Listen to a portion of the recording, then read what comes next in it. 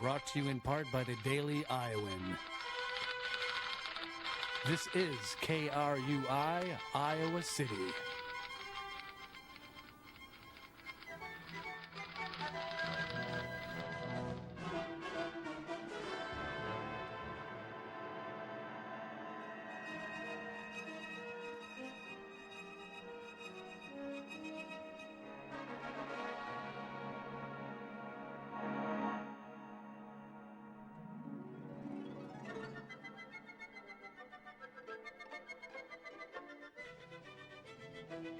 A new bionic hand is changing the lives of amputees.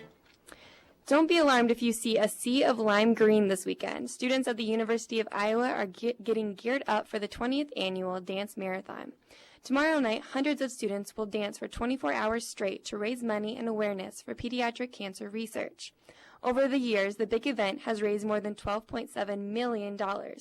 The money raised goes towards the U of I Children's Hospital, and there's still time to donate. If you would like to make a donation, you can log on to the University of Iowa Dance Marathon 20 website and help the patients and families with childhood cancer. Electronic cigarettes, the new alternative to smoking, has now caught the eye of House of Representatives Committee. Legislators fear that the candy flavors are appealing to young children. E-cigarettes are not currently regulated the same as tobacco products. The bill, which will ban e-cigarette sales to minors, received a 22-1 vote in the committee. E-cigarettes are allowed to be smoked in public places, including the UI campus. Public health officials say this is a small step towards e-cigarette regulation and the improvement of research on their long-term health effects. A day after CVS made its decision to stop selling tobacco products, health officials have already begun praising the pharmacy.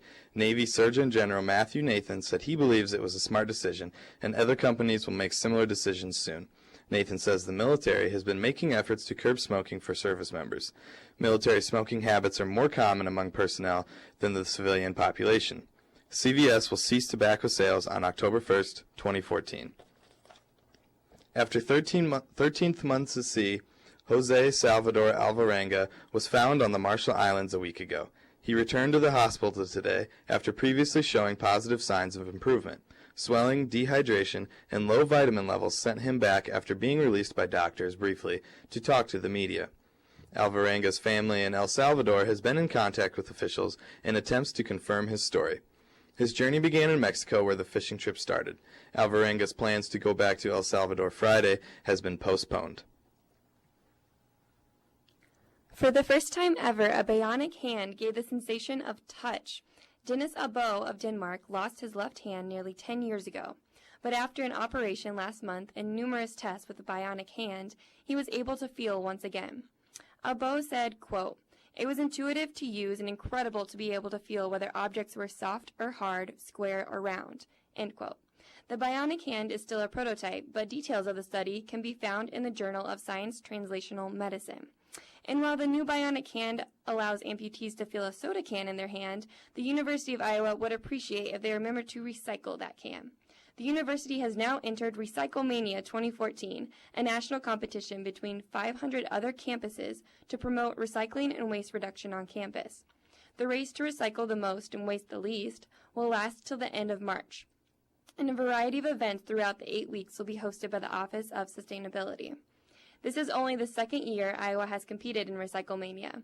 With a 5th place finish among the Big Ten schools last year, Iowa aims to be the first in the Big Ten this time around. Recyclemania is part of the University of Iowa's efforts to meet its vision of 60% waste diversion by the year 2020. And if you're tired of shivering in this bitter cold, here's a little extra motivation as you're walking to class. How about weight loss? Studies have shown that shivering for 15 minutes can get the same fat burning zone as an hour of exercise. Doctors say that the body's fat gets converted into healthy brown fat during the shivering process. And while it might seem tempting to stand outside without a coat, shivering for 15 minutes to burn fat, doctors warn that hypothermia and other dangers are a real concern. But hey, next time I'm getting windburn walking to class, at least I can tell myself it's a workout, right? If you're about to step outside without a coat right now, then you can probably expect to shiver. It's currently 16 degrees outside. For KRUI, this has been your News at Noon update from Brooke, Bierhaus, and Kaleb Hayes.